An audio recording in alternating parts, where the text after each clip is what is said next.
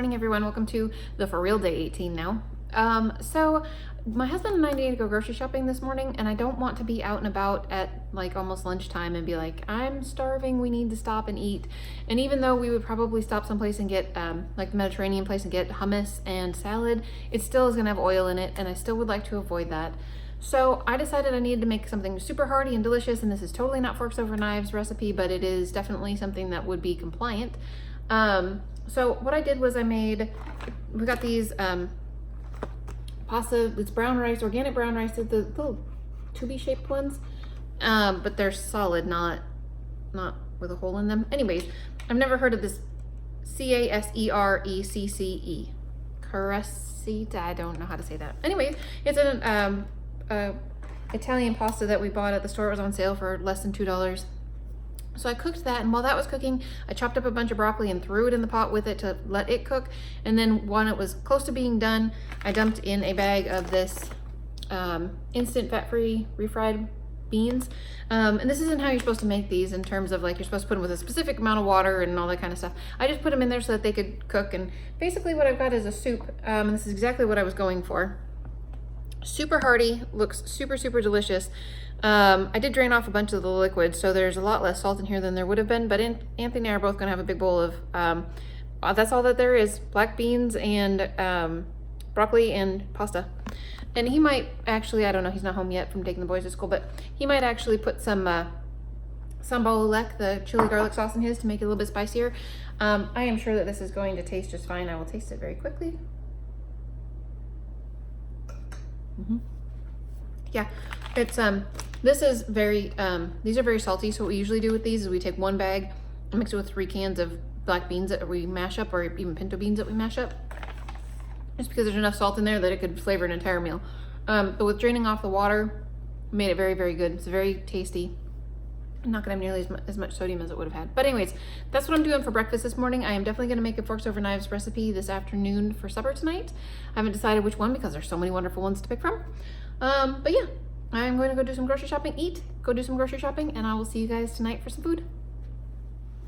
All right, guys, first things first, I did actually try to exercise. It's actually about 3:20 now, about 2 hours ago. It was weights day, so I tried to do some weights, and I think I'm just gonna stop trying to lift weights for a while. My elbow hurts lots, but when I don't lift weights for a few days, it starts to get better. But then as soon as I start lifting weights again, it hurts a lot. So I'm gonna work on cardiovascular exercising now for the rest of this challenge, and maybe for a little while until my elbow gets back under control. So that's that. I did exercise, not very well, and finished early and meh. So anyways, I want to make a recipe that is called summer vegetable pesto bake.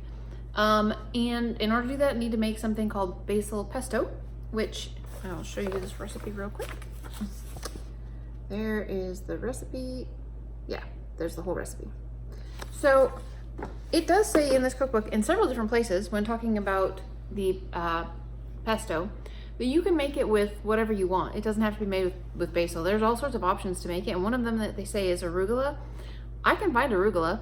I cannot find 2 cups worth of basil anywhere, like at all. So we do grow basil in the summertime until it dies when it gets too hot, and then of course it wouldn't be growing now because it's too cold out for it now. But anyways, so I don't have basil at all. So I just went ahead and got some baby arugula.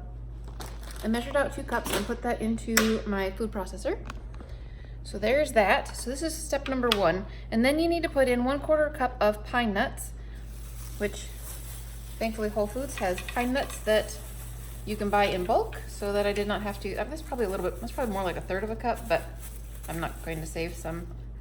Pine nuts are expensive, but buying them in bulk was a good deal. Much better. 4 cloves of garlic. So there's some garlic. Then 2 teaspoons of fresh lemon juice.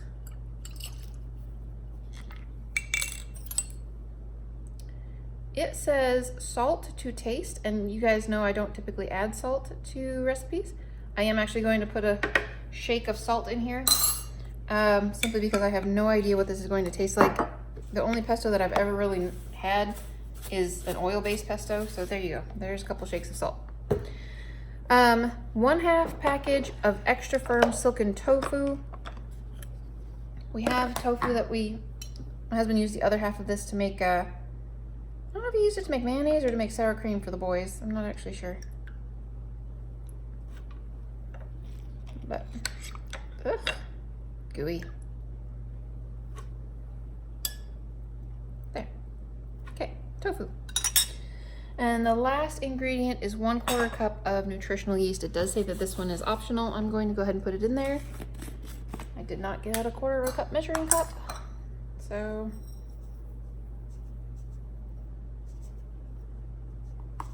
yeah, it's about a 1/4 cup. Okay, that is going to be our pesto.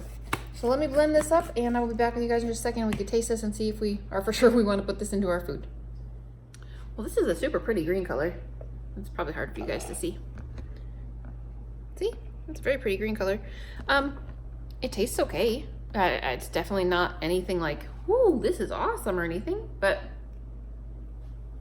it tastes fine. It's not any flavor I've ever had before, but it tastes just fine. I'm completely confident that that's going to taste fine in what I'm going to make. So, pesto is done. It's arugula pesto rather than basil pesto. The recipe that I want to make is right here. There are the ingredients. Sorry, there's a shadow over there. I can't really do anything about that. And there are the instructions. So, as we speak, I have an onion on the stove that is cooking, doing its thing. And then also I'm in the process of steaming the Yukon potatoes. So basically, to get this started, you need to get an onion and you want to slice it thinly and you want to try and caramelize it. I never have any luck caramelizing an onion. It just never happens, but I'm trying. Anyways, and then you also want to cut Yukon Gold potatoes, zucchini, yellow squash. You want to make this basil pesto, which is arugula pesto, and then some tomatoes. I'm actually going to put tomatoes only on part of this because my husband is not a huge fan of tomatoes, and so he's going to eat this with me for supper. So I don't really want to make something that he's gonna be like, nee, it's a little tomatoey. So anyway, there are my yellow squash and zucchini, and these are the little pieces of potato that I haven't cooked yet. So the other ones are steaming as we speak, but my container is little, so it's only steaming a few of them at a time. Did like a third, and a third, but that's okay. The onions are having to cook anyway. They're just in the same pot, so it's doing its thing. It's no problem. Let me go work on that, and then when I come back, I will show you guys how this gets put together. All right, guys, so while those onions are finished and caramelizing, which they're kind of doing, let's get this put together because it goes all the way on the top. So basically, you're supposed to take a 9x13, but I'm also doing probably about half the recipe, so not really that big of a deal that I'm using an 8x8. Put down a layer of zucchini.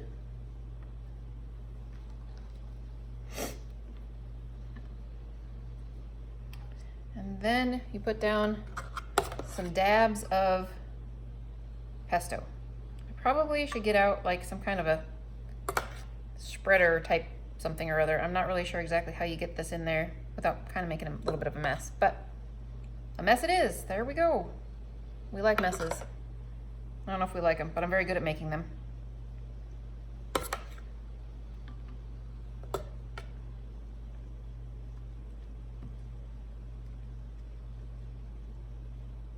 Okay, and a sprinkle of black pepper. You're supposed to also put a sprinkle of salt in here. I'm just skipping that entirely. Figured we'll put some salt in the pesto, we're good to go.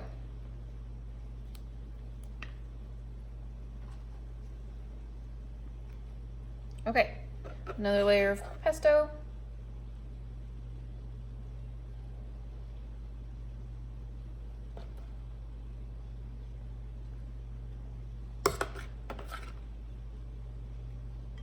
This is definitely going to be easier than your spoon. That is why we have a sink and soapy water and washing our hands all the time. It's great.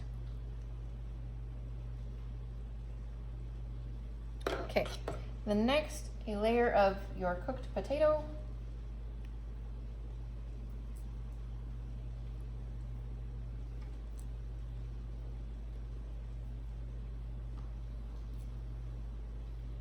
Oh, I forgot to put the layer of pepper. That's okay. I don't need 10 tons of pepper, I'm pretty sure. Okay, and then a layer of pesto. This is going to be what there's going to be one more layer of each of these in here for me. And then on the top you put your layer of tomatoes, and you put the layer of onions on the top. The onions go absolutely all the way at the top. This cooks at 350 degrees for 30 minutes. And then you let it sit for 10 minutes and you have food. So there you go. Alrighty guys, I'm going to finish making a mess and putting this together, and I will see you guys when I'm done.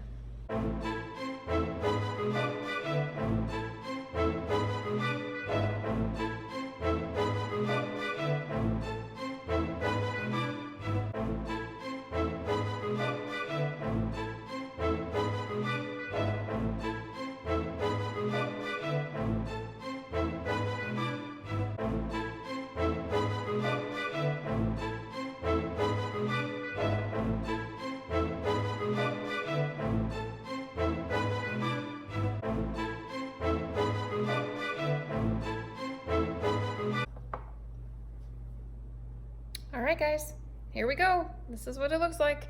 It's going to go into the oven and get baked at 350 degrees for 30 minutes and let stand for 10 minutes before you get it out to serve it. And we will talk about how delicious this is in just a little while.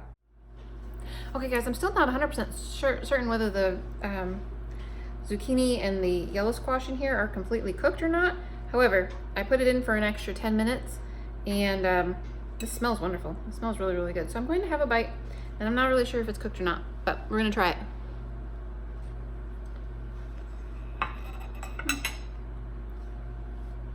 Still a little bit crunchy. Not crunchy, but not super soft. Flavor-wise, it's real good though. It's very light and summery and pesto-y and stuff. I like that a lot. That's very tasty.